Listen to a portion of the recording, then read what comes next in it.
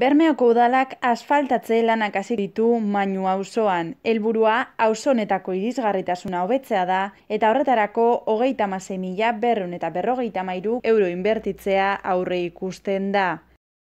Lanak aste honetan hasi dira eta datorren astean bukatuta egotea espero da eguraldiak laguntzen badu.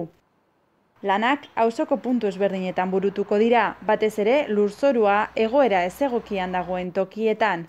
Honela, Oiorta baserritik Arrizuri eta Landetzera arte, Kanon erretegiaren aurrean dagoen Mainu auzoko sarreran, eta Bekoetxe baserritik Etxezarre baserrira arte egingo dira konponketak.